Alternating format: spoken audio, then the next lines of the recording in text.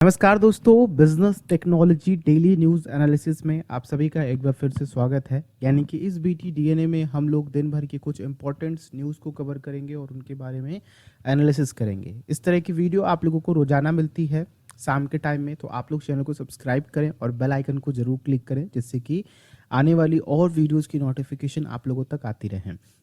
सबसे पहले दोस्तों कि यहाँ पे नरेंद्र मोदी जी ने जो लोग कोरोना वायरस से लड़ रहे हैं, डॉक्टर्स और साथ ही उनके साथ जो भी कर्मचारी काम कर रहे हैं, जो भी सहकर्मी उनके साथ काम कर रहे हैं, अगर आप लोग उनसे अभद्र व्यवहार करते हैं या फिर उन पे किसी तरह से हमला करते हैं तो आप लोगों को 7 साल तक की मैक्सिमम जेल हो सकती है, प्लस 5 लाख रुपए तक का जुर्माना भरना पड़ सकता है। ये आप लोगों का जुर्माना वैरी करेगा कि आप लोगों ने किस तरह का जुर्म किया है, और ये जो सजा होगी आप लोगों की वो भी आप लोगों की 6 महीने से लेकर के 7 साल तक की होगी। तो अब जो लोग डॉक्टरों के साथ उनके साथ उत्पीड़न का व्यवहार, यानी कि जो लोग मकान मालिक थे वो उनको निकाल दे रहे हैं क्योंकि डॉक्टर्स हैं, जाकर के लोगों की सेवा कर रहे हैं, तो उनको डर है कि कोरोना वायरस लेकर के ना आ जाए। तो इस तरह के भी मामले इन सब चीज़ों में गिने जाएंगे, तो आप लोग थोड़ा सतर्क हो जाइए, और जो हम लोगों की मदद कर रहे हैं कोरोना वायरस से लड़ने में, आप लोग भी उनका साथ दीजिए और डॉक्टर्स को लेकर के चलिए, वरना इस तरह के जुर्माना या फिर जेल आप लोगों को देखना पड़ सकता है। अगर आज के बाजार की बात करते हैं तो दोनों ही सेंसेक्स और निफ्टी आप सभी देख सकते हैं, इंडेक्स भी आप लोगों का पॉजिटिव नोट के साथ बंद हुआ। शुरुआत में मार्केट काफ़ी फ्लैट नोट से आप लोगों को नेगेटिव देखने को मिल रहा था, लेकिन कुछ मूवमेंट की वजह से, जैसे कि 2-3 डील हुई। सबसे बड़ी डील आज थी फेसबुक और जियो की वजह से, यहाँ पे मार्केट में काफ़ी अच्छी मूवमेंट देखने को मिली। अगर आप लोग सेंसेक्स को देखेंगे तो 31,379 पे बंद हुआ 2.42% की बढ़ोतरी के साथ। निफ्टी अगर आप लोग देखते हैं तो 9,187 पे बंद हुआ, जो कि 2.29% की बढ़ोतरी आज देखने को मिली। बीएसई मिड कैप भी आप लोगों का 0.8% का और स्मॉल कैप इंडेक्स भी 0.7% का बढ़त के साथ बंद हुई। अगर आज गोल्ड प्राइस की बात करते हैं तो गोल्ड प्राइस में 1.7% की बढ़ोतरी आई है, जो कि अभी प्राइस इसकी प्रेजेंट में 46,090 रुपए है। और आज रुपए ने लगभग 77 रुपए की प्राइस को टच किया, लेकिन जब इसकी क्लोजिंग आई तो 76 रुपए 68 पैसे, यानी कि 23 पैसे मजबूत होकर के पिछले दिन से बंद हुआ। अगर आप लोग देखते हैं एनएससी 50 के टॉप गेनर में, तो जी लिमिटेड जो कि 20% गेन किया, 155 रुपए 10 पैसे इसकी लास्ट ट्रेडेड प्राइस थी। रिलायंस इंडस्ट्री की बात करते हैं तो ऑब्वियस सी बात थी कि आज जियो और फेसबुक के बीच डील साझा होने वाली थी, तो इसमें आज बढ़ोतरी देखने को मिलने ही वाली थी। हम लोग इसके बारे में बात करते हैं कि रिलायंस और जियो के बीच में क्या डील हुई है। तो यहाँ पे देख रहे हैं जैसा कि फेसबुक ने जियो में लगभग 43,574 करोड़ रुपए के पास निवेश किया है। इस वजह से जियो भारत की 5वां सबसे बड़ी कंपनी बन गई है। यहाँ पे मैंने आप लोगों को लिस्ट दी हुई है।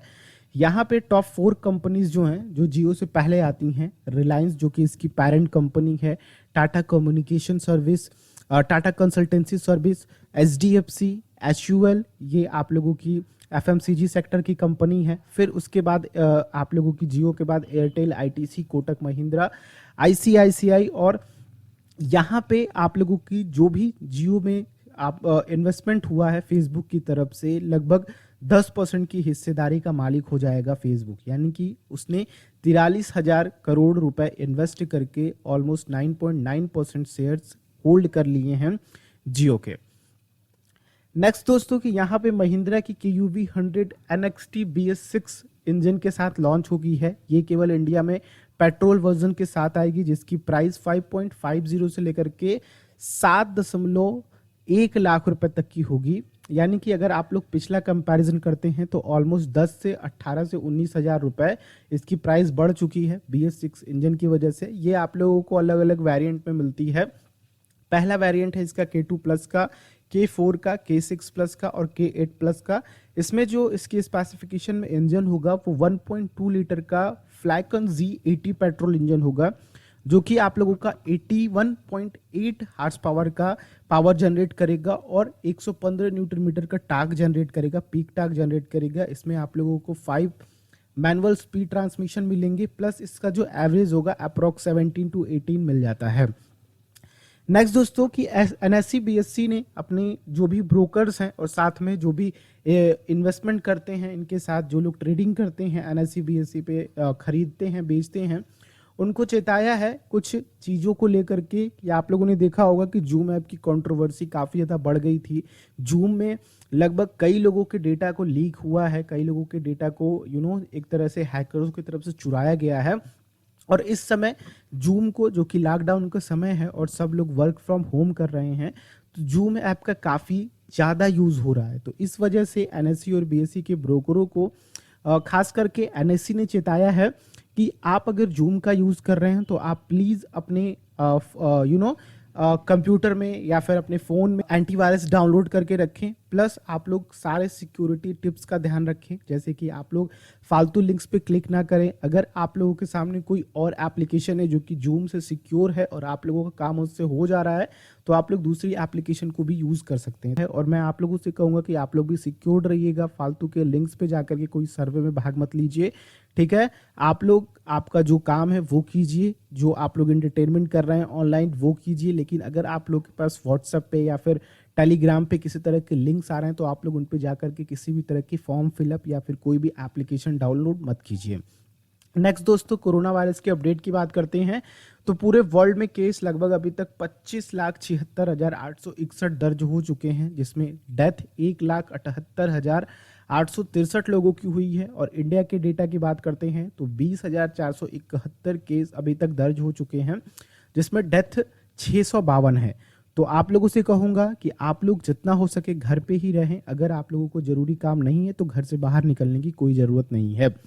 आईआरटीए ने दोस्तों प्राइवेट एम्प्लॉयज़ के लिए काफ़ी अच्छी अपडेट दी है और सभी प्राइवेट कंपनीज को ये सर्कुलर जारी करते हुए बताया है कि आप सभी कर्मचारियों के लिए एक मेडिकल हेल्थ इंश्योरेंस जरूर दें, ठीक है। और सोशल डिस्टेंसिंग का भी पालन करवाना होगा उनको। अब यहाँ पे दोस्तों प्राइवेट एम्प्लॉयज़ को अपनी तरफ से हो सकता है कि आधा आधा कंट्रीब्यूशन करना पड़े अगर ये नई सर्कुलर जारी होता है, क्योंकि अगर आप लोग मेडिकल हेल्थ इंश्योरेंस लेते हैं, आईआरडीए ने पूरी तरीके से सर्कुलर जारी नहीं किया है कि पूरा जो भी प्रीमियम होगा वो कंपनीज ही पे करेंगी। आगे इसमें जो भी अपडेट आते हैं, बाकी ये लॉकडाउन के बाद होना जरूरी है, तभी आप लोगों को कंपनीज काम करना पूरी तरीके से स्टार्ट कर सकती हैं, जब तक वो मेडिकल हेल्थ इंश्योरेंस अपने कर्मचारियों को नहीं प्रोवाइड कराती हैं। इस काफ़ी अच्छा है कि कई सारे कर्मचारी इस चीज़ों से अवेयर नहीं होते हैं और वो मेडिकल हेल्थ इंश्योरेंस को ज़्यादा तवज्जो नहीं देते हैं। तो इस वजह से उनके पास अगर कंपनीज की तरफ से फोर्स करके मेडिकल हेल्थ इंश्योरेंस दिया जाएगा तो वो अपनी फैमिली पे बर्डन कम डालेंगे और अपने पैसे को थोड़ा बचा भी सकेंगे। तो बस दोस्तों बीटीडीएनए में इतना ही है। अगर आप लोग मुझसे जुड़ना चाहते हैं तो फेसबुक इंस्टाग्राम पे जुड़ सकते हैं, द इंडियन फीवर सर्च कीजिए, वहां पे आप लोग मुझे अपने पर्सनली क्वेश्चन भी सेंड कर सकते हैं। अगर ये वीडियो आप लोगों को अच्छी लगी हो तो लाइक जरूर कीजिएगा, दूसरों के साथ शेयर करिए, उनको भी लेकर के आइए यहाँ पे, सब्सक्राइब करेंगे और बेल आइकन को क्लिक करेंगे तो आने वाली इस तरह की और वीडियोस की नोटिफिकेशन आप लोगों तक आती रहेगी। हम लोग नेक्स्ट वीडियो में मिलते हैं। आप लोगों का दिन शुभ हो। जय हिंद।